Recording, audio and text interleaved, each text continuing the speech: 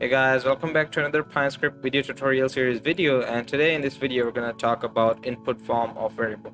In our previous videos we have talked about literal and constant forms of variables, but in this video we're going to focus on the input form, and we're going to see what is input form and where it can be used in your Pinescript coding. Okay, so the first thing is the input form does not change during the script execution. Once we assign it certain value, the value remains constant, or the value remains same throughout the script. And this value or this input form of variable is unknown at the compile time.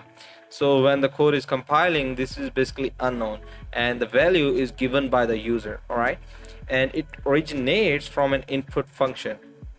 So there are certain times in our code that we need to take variables or data from the user, okay, and we want to use that data in our calculations in the our Pinescript. Okay, so in that case, whenever we want to take an input value from the user who is using that script or that indicator, in that case we will be using the input form of variable. Okay, and there are, just like literal and constant, there are basically four forms of input variable, and those can be input float, input int, input string, and input boolean. Okay, and now let's see how you can use input variable in your Pinescript code.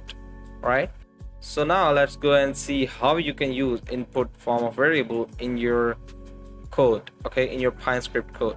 So again, I have rewritten the things that you need to keep in mind while using input form is that it does not change during the script execution, it is unknown at the compile time, and it originates from an input function.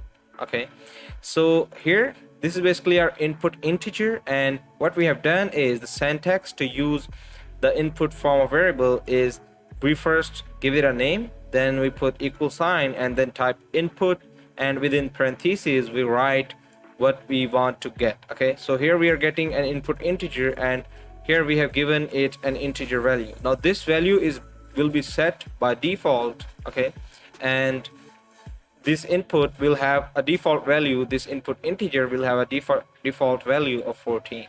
And just like that, we have also written input float, to which we have given the value of 3.14, and then we have also taken an input of a string, to which we have given a value of hello. Okay, and in the end we have the input boolean, to which we have given the value of true. So now let me just show you what it looks inside the indicator. So once we save it and add it to chart, from here we can confirm that all our input functions are working. First of all, it would have given us error at the just during the compilation if there was some mistake, but we can also go ahead and put it on the chart and see how it is performing. So now if I go into the settings of our indicator, here we can see that this input integer is the name that we have given it. Okay, and we have given it a value of 14, and this is our input float, to which we have given a value of 3.14, and this is our input string, okay, to which we have given a value of hello. And then we have, since the input boolean can either be true or false, so that's why there's check mark. Okay, so if the check mark is checked, that means that the value is true. If it is not checked, that means that the value is false.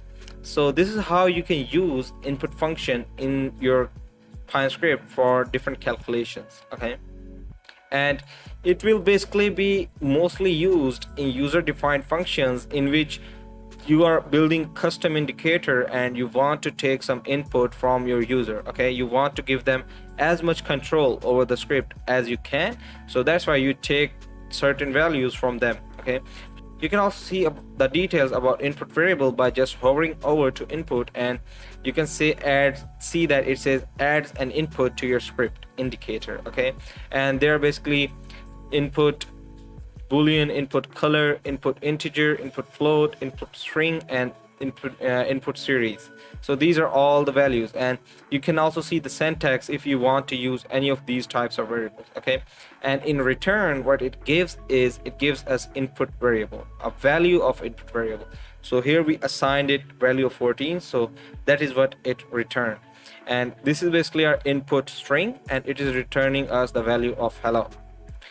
So I hope you like this video. If you have any questions, please comment down below and I would love to answer them. And if you're new to Pinescript, you can also check out our Pinescript video tutorial series, and you can also visit our website www.forexp.co in order to learn more about Pinesection. Okay, and please also make sure to subscribe to this channel so that you will be the first one to know whenever we upload new content. See you guys in the next video. Thank you.